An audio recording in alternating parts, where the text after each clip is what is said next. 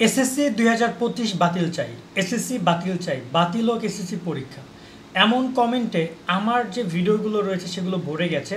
এমনকি পার্সোনালি আমাকে অনেকেই বলছে ভাই এসএসসি বাতিল চাই। কেন বাতিল চাও? তোমার মতে কি মনে হয় বাতিল আসলে করা উচিত নাকি করা উচিত না? কমেন্টে জানাও। আর বাস্তবতা তোমাদেরকে এই ভিডিওতে আমি তুলে ধরছি।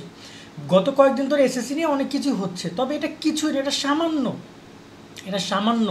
এর আগে এসএসসি পরীক্ষাতে মারামারি পর্যন্ত শিক্ষা মন্ত্রণালয়ের সামনে হয়েছে, বোর্ডের সামনে হয়েছে, আর্মিরা পিটিয়েছে, সেনাবাহিনী পিটিয়েছে, পুলিশ পিটিয়েছে। সো সেগুলো তো কিছুই না। তাহলে যদি তোমরা বলো যে অনেক কিছু হয়ে গেছে, তোমরা অনেকে ফেড আপ শিক্ষা মন্ত্রণালয়ের সিদ্ধান্তগুলোর উপরে, মনে রাখবা এই ভিডিওটা তোমাদের জন্য অনেক গুরুত্বপূর্ণ। যারা কিনা এই পরীক্ষা বাতিল চায় বলে কমেন্টে ফাটাচ্ছ, তবে তোমার কাছে কেন মনে হয় এসএসসি পরীক্ষা বাতিল? কি হয়েছে এমন সেটা একটু কমেন্টে আমাকে একটু বলো, আমাকে একটু ডিটেলসটা বলবা। শুধু বাতিল চাই, কে বাতিল চাও আমাকে লাইক দাও, কে বাতিল চাও আমাকে রিপ্লাই দাও, এরকমের না। ডিরেক্টলি জাস্ট আমাকে বলো যে কেন বাতিল চাই, মানে স্পেশালি কারণটা কি। রুটিন পরিবর্তন করেছে স্বাভাবিক ব্যাপার, বিভিন্ন সমস্যা হলে রুটিন পরিবর্তন করবে না? এটা তো কিছুই না। এরপর যদি কোনো প্রকার রাজনৈতিক অস্থিতিশীলতা তৈরি হয়, কোনো প্রাকৃতিক বন্যা হয়, রুটিন তো আরও পরিবর্তন করবে, নতুন করে রুটিন আসবে। সো এটা একটা কমন ব্যাপার, এটা কোনো প্রকার আহামরি কোনো বিষয় না। শিক্ষকদের আন্দোলন নিয়ে কথা বলছো, নর্মালি শিক্ষকরা আন্দোলনটা আজকে করছে না, তারা অনেক আগে থেকেই করছে। সামনে এসএসসি পরীক্ষাতে এসএসসি ইস্যুটা তারা নিয়ে এসেছে সামনে, এই আর কিছুই না। সেক্ষেত্রে তোমাদেরকে আমি আমাদের যে হোয়াটসঅ্যাপ গ্রুপ আছে, যারা যুক্ত হয়ে নিও, সেখানে আমি গত 3-4 দিন আগে একটা কথা বলে রেখেছি যে 100% না, 1,00,000% লিখে রাখো, তোমাদের পরীক্ষা 10 তারিখে শুরু, 10 তারিখেই হবে। যদি কোনো প্রকার আল্লাহ যদি গজব নাজিল না করে, তার কোনো প্রকার মানে আল্লাহ তাআলা যদি চায় তাহলে পরীক্ষা হবে। যদি তিনি কোনো গজব নাজিল করে পৃথিবীতে, তখন হয়তো পরীক্ষা স্থগিত হতে পারে। তার আগে পরীক্ষা স্থগিত হওয়া বা কোন এরকম কোনো সম্ভাবনা নেই এই মুহূর্তে, এই বর্তমান পরিস্থিতি থেকে এটাই বলছি।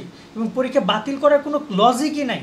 যারা এগুলো বলে কমেন্ট ভাষায় ফেলতেছো, লিখে সময় নষ্ট করতেছো, ভাই পড়ালেখা করো। আমি এই বিষয় নিয়ে আপডেট খুব বেশি দিব না। যদি নতুন নতুন কিছু ঘটে তখন আমরা তোমাদেরকে সেই বিষয় নিয়ে আলোচনা করব। বাট আমরা প্রতিদিন এই বিষয় নিয়ে আলোচনা করবো না। দিন আমরা সামনে কিন্তু তোমাদের পরীক্ষার সাজেশন বা এই বিষয়গুলোর মধ্যে আমরা ফিরে যাবো গাইডলাইনে, যাতে করে তোমাদের পরীক্ষাটা ভালোভাবে তোমরা দিতে পারো। সেই জায়গায় কোনোভাবেই পরীক্ষা বাতিল বা এই বিষয়গুলো নিয়ে কথা বলাটা এই মুহূর্তে সম্পূর্ণটাই টাইম ওয়েস্ট। এই টাইম ওয়েস্ট করো না। মনে রাখবা, তোমার এই অনেকে বলতেছে অটোপাস চাই, এটা হয়েছে, রুটিন বারবার পরিবর্তন করছে, মনমসিদা বেরিয়ে যাচ্ছে। তোমরা কোনো কিছু তাহলে দেখোই নাই। তোমাদের এই যে পরীক্ষা নিয়ে যে ক্রাইসিস মুভমেন্ট, সেটার মাত্র 1% তোমরা দেখেছো। এছাড়া আরও অনেক উদাহরণ আছে যেগুলো খুবই সাংঘাতিক ছিল, সেই অবস্থায় পরীক্ষা হয়েছে, তোমরা এমন কিছুই দেখো নাই। এখন আপাতত যেটা সত্য কথা, আমি একজন অভিভাবক হিসাবে ধর কথাগুলো বললাম, তোমাদের বড় ভাই হিসাবে, যে তোমরা আপাতত পড়ালেখার কোনো বিকল্প নাই, পরীক্ষা হবে। এখন এই মুহূর্তে শুধু টাইম ওয়েস্ট করার কোনো মানে হয় না। তুমি তোমার মতো করে পড়াশোনা করে যাও, দিব্যি পড়াশোনা করো, রুটিন রেডি করে পড়ালেখা করো। সামনে পরীক্ষা, কোন পরীক্ষা কতদিন বন্ধ, সেগুলো ক্যালকুলেশন করে পড়ালেখা করো। অনেকে গণিত পরীক্ষা নিয়ে খুব টেনশনের মধ্যে রয়েছে। ইতিমধ্যে চট্টগ্রাম বোর্ড গণিতের রুটিন প্রকাশ করেছে, গণিত পরীক্ষা সবার শেষে হবে। এখন অন্যান্য বোর্ডগুলো কোনো কিছু বলে নাই, হয়তোবা তারাও খুব শীঘ্রই বলে দিবে। যদি না বলে তাহলে চট্টগ্রাম বোর্ডের পরীক্ষা 20 তারিখে হবে, বাকি বোর্ডের পরীক্ষাগুলো চট্টগ্রাম বোর্ডের পরীক্ষা 18 তারিখে হবে, বাকি পরীক্ষাগুলো 20 তারিখে হবে। কিছু তো করার নাই, যার যেমন রুটিন সে এমনভাবে পরীক্ষা দিবে। আপাতত সামনে বাংলা ফার্স্ট পেপার পরীক্ষা 10 তারিখে, সেটা দিকে মনোযোগী হও। ঈদ রয়েছে, রমজান রয়েছে, রমজানে রোজা রাখো, নামাজ পড়ো, পড়াশোনা করো।